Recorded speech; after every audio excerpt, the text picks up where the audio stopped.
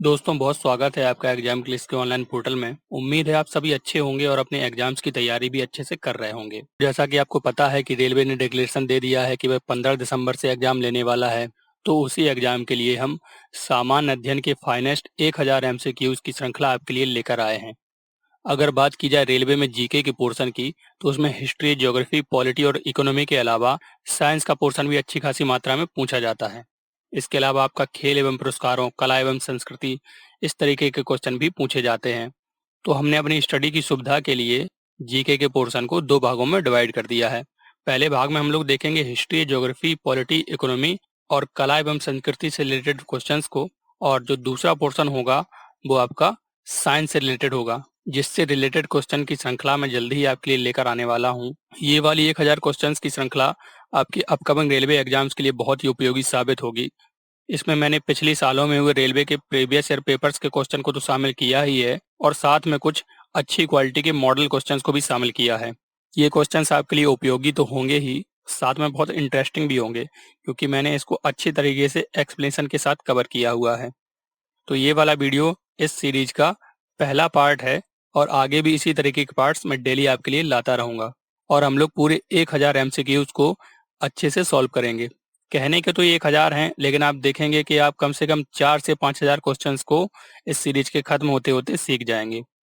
तो आप इस बार एक संकल्प लीजिए कि चाहे जो कुछ हो जाए, हमें तो रेलवे में इस बार एक सीट पक्की अपने लिए करना ही है। और इसी संकल्प के साथ हम लोग अपने इस वीडियो को शुरू करते हैं बिना ज़्यादा टाइम वेस्ट किए हुए। आप लोग वीडियो को देखिए और अच्छे से समझिए। इसमें से कुछ क्वेश्चंस आपको टफ लगेंगे, कुछ सिंपल लगेंगे, कुछ ट्रिकी क्वेश्चंस होंगे, क्योंकि एग्जाम में सारे टाइप के क्वेश्चंस पूछे जाते हैं। कुछ सिंपल क्वेश्चन भी पूछे जाते हैं, कुछ टफ क्वेश्चन भी पूछे जाते हैं, कुछ क्वेश्चंस ऐसे होते हैं जिनको हमने पढ़ा नहीं होता है, मतलब ट्रिकी टाइप के होते हैं, जिनसे रिलेटेड तो हमने कुछ पढ़ा होता है, एग्जैक्ट वो वाला क्वेश्चन नहीं पढ़ा होता है। तो उन सारे क्वेश्चंस को भी मैंने यहाँ पर शामिल किया है, जिससे आपकी अंडरस्टैंडिंग काफी बेहतर हो सके एग्जाम को लेकर। इसमें पहला क्वेश्चन है हमारा, शक संवत किसने और कब शुरू किया था? कटफिसेस ने 58 BC में, रुद्रदामन प्रथम ने 78 AD में, विक्रमादित्य ने 58 BC में, कनिष्क ने 78 AD में। तो इसका जो राइट आंसर है वो है कनिष्क ने 78 AD में शक संवत को चलाया था। इनमें से एक और राजा ने एक संवत चलाया था, विक्रमादित्य ने विक्रम संवत चलाया था 58 BC में। इसको हम लोग इस तरीके समझते हैं कि आपका जो 1 AD था, यानी कि सन 1, उसमें ईसा मसीह का जन्म माना जाता है, और ईसा मसीह के जन्म से पहले का जो समय है वो BC कहलाता है, यानी कि बिफोर क्रिस्ट, यानी कि ईसा से पहले। और ईसा मसीह के जन्म के बाद का जो समय है वो एनो डोमिनी, यानी कि ईसा मसीह के जन्म के बाद का समय कहलाता है। तो शक संवत की शुरुआत सन 1 से 78 साल बाद की गई थी, और जो विक्रम संवत है वो सन 1 से 57 साल पहले चलाया गया था। आप इन दोनों संवत की तुलना आज के दिन से भी कर सकते हैं। अगर शक संवत के हिसाब से देखा जाए तो अभी तो सन 1942 चल रहा है, और इसी शक संवत को भारत सरकार ने मान्यता भी दे रखी है, यानी कि भारत का आधिकारिक कैलेंडर है। और भी देखते हैं, ये कड़फिसेस कुषाण वंश के संस्थापक थे। कनिष्क कुषाण वंश का राजा है, और इस कुषाण वंश के संस्थापक हैं कड़फिसेस। और रुद्रदामन प्रथम ये शक वंश के राजा हैं। रुद्रदामन प्रथम से ही रिलेटेड जूनागढ़ का ब्लेग है, इससे भी क्वेश्चन एग्जाम में आता है। सेकंड क्वेश्चन है हमारा, भारतीय संविधान में राजनीति के निर्देशक सिद्धांत किस देश के संविधान से लिए गए हैं? ब्रिटेन से, आयरलैंड से, अमेरिका से या कनाडा से? तो ये तो बहुत ही सिंपल क्वेश्चन है, हर एग्जाम में आपको रखा हुआ मिल जाएगा। लेकिन सिंपल है तो इसका मतलब ये नहीं कि हम इसको स्किप करेंगे, इसको भी हम सॉल्व करेंगे। ये है आपका आयरलैंड के संविधान से। और देखते हैं, ब्रिटेन के संविधान से आपकी एकल नागरिकता ली गई है, अमेरिका के संविधान से मूल अधिकार लिए गए हैं, और कनाडा के संविधान से संघीय प्रणाली ली गई है। नेक्स्ट है हमारा, किसके ऊपर ताप तीव्रता पूर्वक बढ़ता है? आयनमंडल, बहिर्मंडल, समताप मंडल और क्षोभ मंडल। तो उसको एग्जाम्पल के थ्रू समझते हैं। ये सारी वायुमंडल की परतों के नाम हैं। तो ये है हमारी पृथ्वी, इसके ऊपर आता है क्षोभ मंडल। क्षोभ मंडल में सारी मौसमी परिघटनाएं होती हैं, बादल बनना, बरसात होना, बिजली कड़कना। उसके ऊपर आता है समताप मंडल। समताप मंडल में ही आपकी ओजोन परत पाई जाती है, जो पराबैंगनी किरणों से हमारी रक्षा करती है, और इसी में ही सारे वायुयान उड़ान भरते हैं। उसके बाद है मध्य मंडल, उसके बाद आयन मंडल। आयन मंडल में आपकी DEF नाम की परतें पाई जाती हैं, जिनका उपयोग करके हम लोग रेडियो सुन पाते हैं। इसके बाद है आपका बहिर्मंडल, यानी कि एग्जोस्फीयर। तो एग्जोस्फीयर में होता क्या है कि एग्जोस्फीयर के जैसे ही हम बाहर निकलते हैं तो ताप बहुत तेजी से बढ़ने लगता है। उसका राइट आंसर है बहिर्मंडल। नेक्स्ट क्वेश्चन है हमारा, चरक किसके दरबार में प्रसिद्ध चिकित्सक था? हर्ष के दरबार में, चंद्रगुप्त मौर्य के दरबार में, अशोक के दरबार में या कनिष्क के दरबार में? तो इसका राइट आंसर है चरक कनिष्क के दरबार में प्रसिद्ध चिकित्सक था। और चरक की एक किताब है, उसका नाम है चरक संहिता। ऐसा ये क्वेश्चन पूछा जाता है सुश्रुत के बारे में। अब ये सुश्रुत कौन थे? तो देखिए, जिस प्रकार चरक ने चरक संहिता लिखी थी, इनकी किताब है, उसी प्रकार से सुश्रुत की सुश्रुत संहिता है। वो एक सर्जन थे, तो सुश्रुत सर्जरी करते थे, सर्जरी से बीमारी को ठीक करते थे, जबकि चरक दवाई दे के बीमारी को ठीक करते थे। इसके बाद नेक्स्ट है हमारा, हमारा राष्ट्रगान पहली बार कब और कहाँ गाया गया था? 24 जनवरी 1950 को इलाहाबाद में, 24 जनवरी 1950 को दिल्ली में, 26 दिसंबर 1942 को कलकत्ता में, 27 दिसंबर 1911 को कलकत्ता में। तो इसका राइट आंसर है 27 दिसंबर 1911 को इंडियन नेशनल कांग्रेस के कलकत्ता अधिवेशन में राष्ट्रगान को गाया गया था। इसमें एक और देख लीजिए, ये है आपका 24 जनवरी 1950। इस दिन राष्ट्रगान को अपनाया गया था। 26 जनवरी 1950 को हमारा संविधान लागू हुआ था, उसी से 2 दिन पहले राष्ट्रगान को अपनाया गया था। नेक्स्ट है हमारा, किसी चट्टान का स्वस्थान पर तोड़ देना क्या कहलाता है? अपक्षय कहलाता है, अपरदन, व्यापक विनाश या निम्नीकरण? इसका राइट आंसर है अपक्षय। अपक्षय किसी चट्टान का अपने ही स्थान पर मौसमी परिघटनाओं, धूप, बारिश आदि के कारण टूटना कहलाता है। लेकिन जो अपरदन होता है वो अपने स्थान से दूर जाकर, मान लीजिए हवा उसको दूर उड़ाकर ले जा रही है, फिर उसको छोटे छोटे पार्ट्स में तोड़ा जा रहा है, तो उसको कहते हैं अपरदन। और ये व्यापक विनाश भारी तबाही से संबंधित है, जैसे कि कहीं आपदा, सुनामी वगैरह है। और जो निम्नीकरण है वह वृक्षों के कम होने से संबंधित है। नेक्स्ट है हमारा, भारत को मिश्रित अर्थव्यवस्था किसके अस्तित्व के कारण कहा जाता है? सार्वजनिक क्षेत्र, निजी क्षेत्र, सहकारी क्षेत्र या संयुक्त क्षेत्र? तो इसका तो बहुत सिंपल आंसर है कि हमारे भारत में जो मिश्रित अर्थव्यवस्था है उसमें सार्वजनिक क्षेत्र और निजी क्षेत्र, यानी कि पब्लिक सेक्टर और प्राइवेट सेक्टर दोनों मिलकर काम करते हैं। तो इसका राइट आंसर हो जाएगा ये सेकंड वाला, ए और बी। निम्नलिखित में से किसके शासनकाल में मुगल चित्रकला शिखर पर पहुंच चुकी थी? अकबर, शाहजहां, जहांगीर या औरंगजेब? तो इसका राइट आंसर है जहांगीर के काल में चित्रकला अपने शिखर पर पहुंच चुकी थी। देखिए, बाबर, हुमायूं और अकबर ने भी चित्र बनवाए थे, लेकिन उन्होंने जो चित्र बनवाए थे वो केवल उनके ही चित्र थे, उनकी ही तस्वीरें थी। या तो वो दरबार लगाते हुए थे या युद्ध लड़ते हुए थे। लेकिन जब जहांगीर का शासन आया तो उसने इसके अलावा बहुत से चित्र बनवाए। उसने पशु पक्षियों के चित्र बनवाए, छवि चित्र बनवाए, आलेखन, डिजाइन, रेखांकन सब कुछ बनवाया। तो चित्रकला का बहुत ही विकास हुआ उसके समय में। और जहांगीर चित्रकला का, चित्रकारी का इतना दीवाना था कि चित्र देख के ही बता देता था कि ये वाला चित्र किस चित्रकार ने बनाया है। और तो और, अगर कोई चित्र है एक से अधिक चित्रकारों ने मिलकर बनाया है, उसको भी देख के जहांगीर बता देता था कि इस चित्र में हाथ किसने बनाए हैं, मुंह किसने बनाया है, पैर किसने बनाए हैं। तो कितना बड़ा दीवाना था ये चित्रों का। चित्रकला से प्रेम के कारण ही जहांगीर के समय में चित्रकला फली फूली और इसके समय को चित्रकला का स्वर्णकाल कहा जाता है। जबकि शाहजहां के टाइम को स्थापत्य कला का स्वर्णकाल कहा जाता है। उसके बाद शाहजहां ने भी चित्रकारी की इस श्रृंखला को जारी रखा, लेकिन औरंगजेब जो था वो लड़ने में ही व्यस्त रहा, ना तो स्थापत्य बनवा पाया ना ही चित्र। तो इसका राइट आंसर जहांगीर होगा। नेक्स्ट है हमारा, निम्नलिखित में से वह कौन सा राज्य जिसकी सीमा म्यांमार से नहीं मिलती है? मिजोरम, मणिपुर, नागालैंड या मेघालय? तो इसको हम लोग मैप के थ्रू देखते हैं। इसको मैं जूम कर देता हूँ, यहाँ पर दिख नहीं रहा होगा। तो ये देखिए, यहाँ पर है मिजोरम, ये है मणिपुर, ये है नागालैंड। तो ये तीनों तो आपके म्यांमार से लग रहे हैं, यहाँ म्यांमार की सीमा है। अरुणाचल प्रदेश भी म्यांमार से लगता है। जबकि ये जो मेघालय है वो 3 ओर से असम से घिरा हुआ है और दक्षिण में बांग्लादेश से घिरा हुआ है। इसकी सीमा म्यांमार से नहीं लग रही है, तो यही वाला राइट आंसर हो जाएगा। मेघालय की सीमा म्यांमार से नहीं लगती है। समग्र रूप से भारतीय संविधान कब लागू हुआ था? 26 जनवरी 1950 को, 15 अगस्त 1947 को, 15 अगस्त 1948 को, 26 नवंबर 1949 को?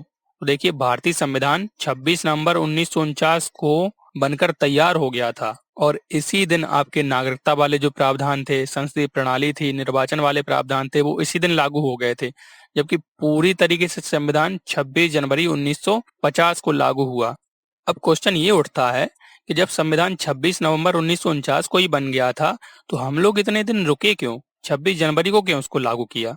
इसी दिन इसको पूरी तरीके से क्यों लागू नहीं कर दिया? तो इसके पीछे का बड़ा अच्छा लॉजिक था। इसको समझिए आप लोग कि जो 26 जनवरी का दिन था वो सन 1930 में कांग्रेस ने स्वाधीनता दिवस के रूप में मना लिया था। उसी दिन से हम लोग हर साल स्वाधीनता दिवस के रूप में 26 जनवरी को मनाते चले आ रहे थे। फिर होता क्या है कि अंग्रेज हम लोग को 15 अगस्त 1947 को ही आज़ाद कर देते हैं। अब अंग्रेजों से ये तो कह नहीं सकते कि नहीं नहीं, हम लोग तो 26 जनवरी को अपना स्वाधीनता दिवस मनाते हैं, हमें और गुलाम बनाकर रखो कुछ दिन, जब 26 जनवरी आएगी तो हमें आज़ाद कर देना। तो ये कहना तो गलत हो जाएगा।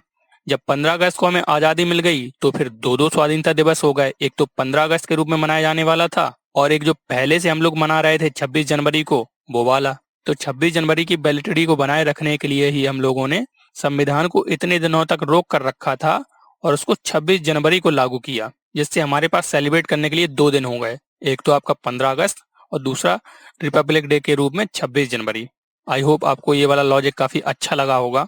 आप इससे ये भी नहीं भूलेंगे कभी कि 26 जनवरी का जो दिन है वो रिपब्लिक डे के रूप में क्यों मनाया जाता है और इसी दिन आपका संविधान लागू हुआ था। नेक्स्ट क्वेश्चन है हमारा, दिल्ली सल्तनत का अंतिम वंश कौन सा था? लोधी वंश, गुलाम वंश, खिलजी वंश या सैयद वंश? तो इसको हम लोग एक कालक्रम के रूप में देख लेते हैं। सबसे पहले दिल्ली सल्तनत पर गुलाम वंश का शासन हुआ, उसके बाद खिलजी वंश, उसके बाद तुगलक, उसके बाद सैयद और उसके बाद लोधी वंश। आपको याद होगा जब मोहम्मद गौरी ने भारत पर आक्रमण किया था, पृथ्वीराज चौहान को हराया था 1192 में, उसके बाद वो अपना गौर साम्राज्य यानी कि अफगानिस्तान वाला जो इलाका था उसमें लौट गया था। वो मोहम्मद गौरी का एक गुलाम था, उसका नाम था कुतुबुद्दीन ऐबक। वो भारत में ही रुका रहा और उसने जो मोहम्मद गौरी के विजित इलाके थे दिल्ली वाला एरिया, उस पर गुलाम वंश की स्थापना की थी। किसने? कुतुबुद्दीन ऐबक ने। उसके बाद आपका धीरे धीरे गुलाम वंश खत्म होता है। गुलाम वंश में भी कई शासक हुए, जैसे कि कुतुबुद्दीन ऐबक का गुलाम था इल्तुतमिश, उसका गुलाम था बलबन। तो पहले ये सब लोग राज करते हैं। फिर आ जाता है खिलजी वंश, इसमें आपका अलाउद्दीन खिलजी वगैरह। इस पे तो एक काफी अच्छी फिल्म भी बनी हुई है, उसको आपने देखा भी होगा, पद्मावत के नाम से। तो पद्मावत में जो अलाउद्दीन खिलजी है वो इसी खिलजी वंश का यानी कि दिल्ली सल्तनत का राजा था। उसके बाद तुगलक वंश आया, फिरोज शाह तुगलक, मोहम्मद बिन तुगलक, उसके बाद सैयद वंश और उसके बाद लोधी वंश। होता क्या है, लोधी वंश का जो अंतिम शासक था इब्राहिम लोधी, उसको हरा देता है पानीपत की युद्ध में बाबर। तो बाबर जब हरा देता है लोधी वंश को तो वो मुगल वंश की स्थापना करता है। उसके बाद भारत का जो साम्राज्य है यानी कि दिल्ली की गद्दी वो मुगल वंश के नाम से जानी जाने लगती है और ये नाम खत्म हो जाता है दिल्ली सल्तनत। तो दिल्ली का साम्राज्य दिल्ली सल्तनत के नाम से मशहूर इन 5 वंशों में रहा। नेक्स्ट क्वेश्चन है हमारा, हिमालय के स्थान पर कौन सा सागर विद्यमान था? लाल सागर, अरब सागर, टेथिस सागर, मृत सागर? तो ये तो बहुत ही सिंपल क्वेश्चन है। ये आपका है हिमालय के स्थान पर टेथिस सागर हुआ करता था करोड़ों साल पहले। लाल सागर से आपका क्या क्वेश्चन बनता है? लाल सागर और भूमध्य सागर को स्वेज नहर जोड़ती है। अरब सागर ये भारत के पश्चिम में है अरब सागर। और मृत सागर, ये मृत सागर दुनिया का सबसे निचला स्थान है, ये समुद्र की सतह से लगभग 396 मीटर नीचे है। नेक्स्ट है हमारा, भारत में पहली बार बैंकों का राष्ट्रीयकरण कब हुआ? तो भारत में पहली बार बैंकों का राष्ट्रीयकरण हुआ था 1969 में, इंदिरा गांधी ने करवाया था। तो ये तो डेट है, इसको तो याद आप अपने तरीके से ही रख सकते हैं। नेक्स्ट क्वेश्चन है हमारा, मौलिक अधिकारों में इनमें से क्या सम्मिलित नहीं है? भाषण की स्वतंत्रता का अधिकार, विधि के समक्ष समता का अधिकार, संवैधानिक उपचार का अधिकार, बराबर काम के लिए बराबर वेतन का अधिकार। तो देखिए मैंने बताया था ना आपको, कुछ ट्रिकी क्वेश्चंस होते हैं वो आपको फंसा देते हैं, ये भी उन्हीं में से एक है। अब आपको इस सारे मूल अधिकार लगेंगे, जबकि जो इसका राइट आंसर है ये बराबर काम के लिए बराबर वेतन, ये आपका मूल अधिकार नहीं है। अगर ऐसा होता तो आप देखिए, बैंक की जो महिला कर्मचारी होती है, महिला पीओ, वो अक्सर शिकायत करती रहती है कि हमें पुरुष कर्मचारियों के मुकाबले कम वेतन दिया जाता है। अगर ये मूल अधिकार होता तो वो तो सुप्रीम कोर्ट चली जाती, जबकि केवल इस बात के लिए वो सुप्रीम कोर्ट नहीं जा सकती, क्योंकि ये आपका मूल अधिकार नहीं है, ये आपका राज्य के नीति निर्देशक सिद्धांतों के अंतर्गत आता है। राज्य चाहे तो इसको लागू करे, ना चाहे तो ना लागू करे। जबकि जो मूल अधिकार होते हैं वो राज्यों के लिए बाध्यकारी होते हैं, मतलब उनको देना ही पड़ता है, राज्य को लागू करना ही पड़ता है। अगर वो लागू नहीं है तो कोई भी व्यक्ति सुप्रीम कोर्ट जा सकता है और अपने अधिकारों की मांग कर सकता है। ये भाषण की स्वतंत्रता का अधिकार है, ये भी एक मूल अधिकार है, आर्टिकल 19A में दिया गया है। विधि के समक्ष समता का अधिकार, मतलब सबको कानून के सामने एक समान माना जाएगा, चाहे वो बहुत बड़ा आदमी हो चाहे वो गरीब हो, ये आपका आर्टिकल 14 में दिया गया है। संवैधानिक उपचारों का अधिकार, भारत के प्रत्येक नागरिक को ये वाला उपचार प्राप्त है, ये आर्टिकल 32 में बताया गया है। नेक्स्ट क्वेश्चन है हमारा, इंदिरा पॉइंट किसका दक्षिणी छोर है? तो इसको हम लोग मैप के थ्रू देखते हैं। वैसे इसका आंसर है अंडमान और निकोबार द्वीप समूह का ही ये दक्षिणी छोर है। इसको मैप के थ्रू समझते हैं हम लोग। ये देखिए यहाँ पर, ये है भारत की मुख्य भूमि और ये है अंडमान निकोबार द्वीप समूह। यानी कि जो अंडमान निकोबार द्वीप समूह है वो भारतीय क्षेत्र के अंतर्गत ही आता है। जो भारत की मुख्य भूमि है उसका सबसे दक्षिणी पॉइंट है कन्याकुमारी, जो कि तमिलनाडु में पड़ता है। जबकि जो अंडमान निकोबार द्वीप समूह का ग्रेट निकोबार द्वीप है उसका सबसे दक्षिणी हिस्सा इंदिरा पॉइंट के नाम से जाना जाता है। इससे एक और क्वेश्चन बड़ा ही इंटरेस्टिंग बनता है कि इंदिरा पॉइंट का दूसरा नाम क्या है। तो इंदिरा पॉइंट का दूसरा नाम है पिग्मेलियन पॉइंट या इंडिया पॉइंट। देखिए, जब भारत पर अंग्रेजों का शासन था तो उन्होंने इस अंडमान निकोबार द्वीप पर भी कब्जा किया हुआ था। तो उन्होंने इस वाले पॉइंट का नाम अंग्रेजी में रखा हुआ था, उसका क्या नाम था? Pygmalion point.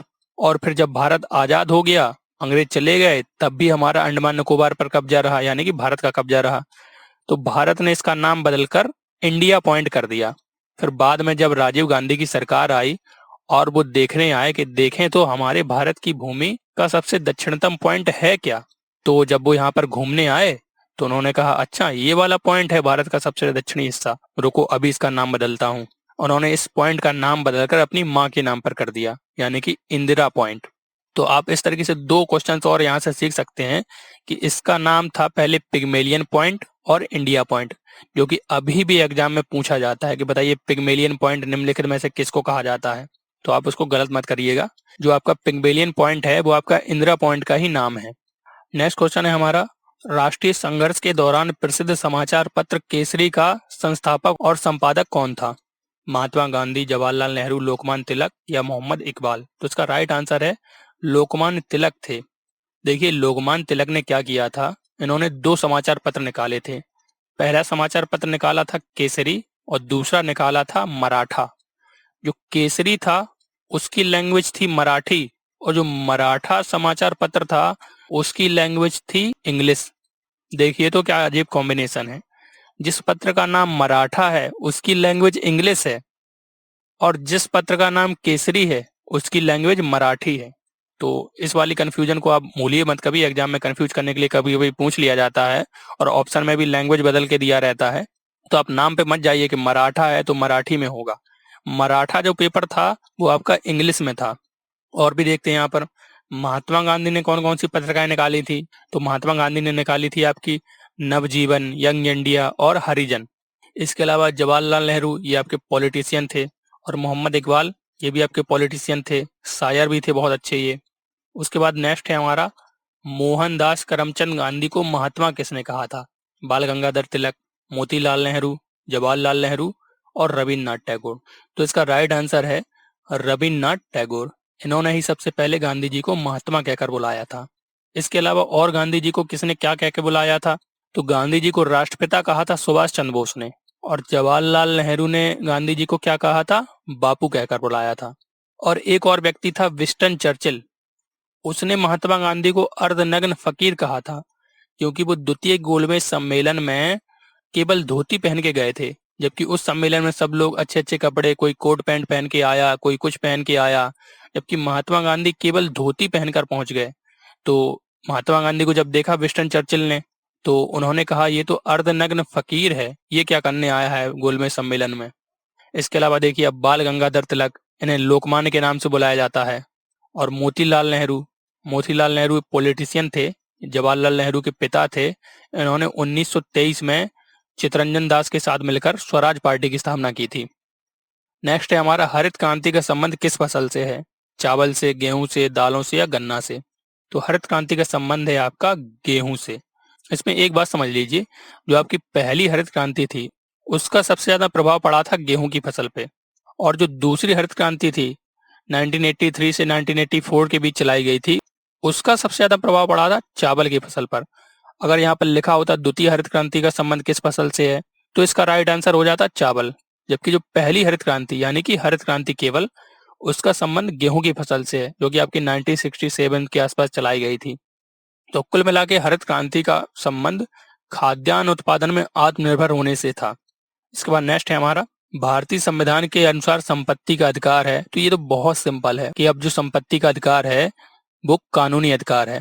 पहले यह मौलिक अधिकार हुआ करता था, इसको हटाकर अब कानूनी अधिकार बना दिया गया है। आर्टिकल 300A में इसको बताया गया है। नेक्स्ट है हमारा, जापान में होन्शु नामक द्वीप किसके लिए प्रसिद्ध है? तो ये वाला क्वेश्चन बहुत सारे एग्जाम में पूछा गया है। रेलवे की पिछली एग्जाम में भी काफी पेपर्स में ये वाला क्वेश्चन आया है। इसका जो राइट आंसर है वो थोड़ा आपको याद करना पड़ेगा। इसका राइट आंसर है जापान का होन्शु द्वीप लौह अयस्क के लिए फेमस है, और जो होन्शु द्वीप है वो जापान का सबसे बड़ा द्वीप है। नेक्स्ट क्वेश्चन है हमारा, राज्य अपहरण नीति सबसे पहले किस भारतीय रियासत पर लागू हुई? इसका राइट आंसर है सबसे पहले सतारा पर लागू हुई।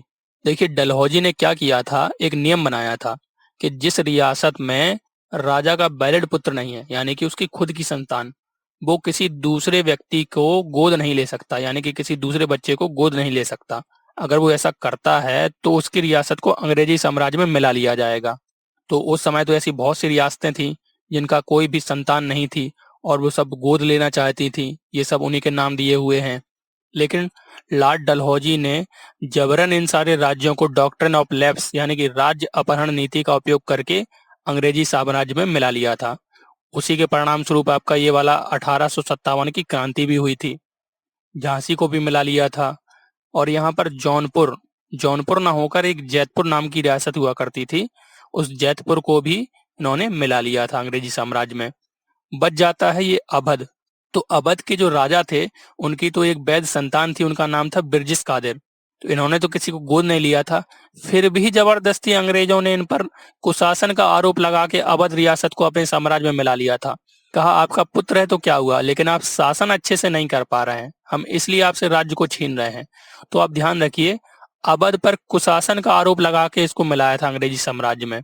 वहां के नवाब वाजिद अली शाह को हटा दिया, बंदी बना लिया और खुद राज करने लगे। लेकिन जब बाद में वाजिद अली शाह की मृत्यु होती है तो उनकी जो वाइफ होती हैं बेगम हजरत महल, वो बिरजिस कादिर की संरक्षिका बनती हैं और उनको गद्दी पर बैठा के खुद राज्य करने लगती हैं। और 1857 की क्रांति में बेगम हजरत महल ने लखनऊ से काफी अच्छी तरीके से कमान संभाली थी। तो इसको आप अलग से याद रखिए कि अवध पर कुशासन का आरोप लगाकर उसको अंग्रेजी साम्राज्य में मिलाया गया था। इससे काफी बार क्वेश्चन भी पूछा जा चुका है। नेक्स्ट है हमारा, 2 रुपए और इससे अधिक के करेंसी नोट कौन छापता है? तो इसके लिए आप एक क्वेश्चन याद रख लीजिए कि 1 रुपए का जो नोट होता है वो भारत सरकार का वित्त मंत्रालय छापता है और उस पर वित्त सचिव के हस्ताक्षर होते हैं, और उससे ऊपर के जो नोट होते हैं वो आरबीआई छापता है, यानी कि भारतीय रिजर्व बैंक। आप कोई भी नोट उठाकर देखिए, आपको साफ साफ लिखा मिल जाएगा भारतीय रिजर्व बैंक। नेक्स्ट है हमारा, भारत में राष्ट्रपति के चुनाव संबंधी विवाद के मामले को किसके पास भेजा जाता है? निर्वाचन आयोग के पास, संसद के पास, भारत का उच्चतम न्यायालय या मंत्रिमंडल? तो निर्वाचन आयोग का तो काम है केवल राष्ट्रपति का चुनाव करवाना। अगर कोई विवाद उत्पन्न हो गया है दोबारा उसके पास भेजेंगे तो वो मानेगा ही नहीं कि हमने विवाद किया था या कुछ किया था, तो निर्वाचन आयोग के पास नहीं भेजा जाएगा। इसके बाद नंबर आता है संसद का। तो संसद में तो विभिन्न पार्टियों के लोग बैठते हैं। उस समय जो भी पार्टी सत्ता में होगी, अगर उसकी पार्टी का कोई कैंडिडेट राष्ट्रपति के चुनाव में खड़ा है और वो जीत रहा है तो वो इस विवाद को निपटाएगी ही नहीं, तो संसद के पास भी नहीं भेजा जाएगा। उसके लिए बस एक ही फ्री बॉडी बचती है जो किसी के साथ भी पक्षपात नहीं करती है, वो है भारत का उच्चतम न्यायालय। तो भारत के उच्चतम न्यायालय के पास ही ये पूरा चुनाव संबंधी विवाद भेजा जाता है। मंत्रिमंडल, तो ये मंत्रिमंडल तो सत्ता का ही भाग है, इसके पास भी नहीं भेजा जाएगा। सऊदी अरब की मुद्रा क्या है? दिनार, रियाल, पाउंड या लीरा? तो इसका राइट आंसर है रियाल। और सऊदी अरब की जो राजधानी है वो है रियाद और मुद्रा है रियाल। दिनार ये कुवैत की मुद्रा है। पाउंड स्टर्लिंग इंग्लैंड की मुद्रा है। और लीरा ये टर्की की मुद्रा है। नेक्स्ट है हमारा, श्वेत क्रांति का संबंध किससे है? तो श्वेत क्रांति का संबंध किससे है? दुग्ध उत्पादन से है। गेहूं उत्पादन ये आपका हरित क्रांति से संबंधित है। खाद्यान्न उत्पादन ये भी आपका हरित क्रांति से संबंधित है। और मत्स्य उत्पादन ये भी आपका नीली क्रांति से संबंधित है। वैसे मैं सारी उत्पादन क्रांतियों से संबंधित एक वीडियो बना चुका हूं जिसमें मैंने अच्छे से जितनी भी उत्पादन क्रांतियां हुई हैं उनको समझाया है फिगर के थ्रू। अगर आप वो वाला वीडियो देखना चाहते हैं तो आपको उसका लिंक डिस्क्रिप्शन में मिल जाएगा। तो दोस्तों ये थे हमारी इस सीरीज के 25 क्वेश्चन, यानी कि सेट 1 था हमारा ये। आई होप आपको ये काफी अच्छा लगा होगा, आपको बहुत कुछ सीखने को भी मिला होगा इससे। और हम इसी तरीके से बाकी वीडियोस भी डेली आपके लिए लाते रहेंगे। तो अगर आप हमारी चैनल पर नए हैं, पहली बार विजिट कर रहे हैं, तो प्लीज चैनल को सब्सक्राइब भी कर लीजिए जिससे आने वाली वीडियोस के नोटिफिकेशन आपको मिलते रहें। तो ये वीडियो आपको कैसा लगा हमें कमेंट सेक्शन में बताइए, और वीडियो अच्छा लगा हो तो उसको लाइक करिए। और आप अगर हमें सपोर्ट करना चाहते हैं किसी भी तरीके से, तो हमारे लिए सबसे बड़ा सपोर्ट यही होगा कि आप वीडियो को अपने दोस्तों के साथ शेयर कर दीजिए।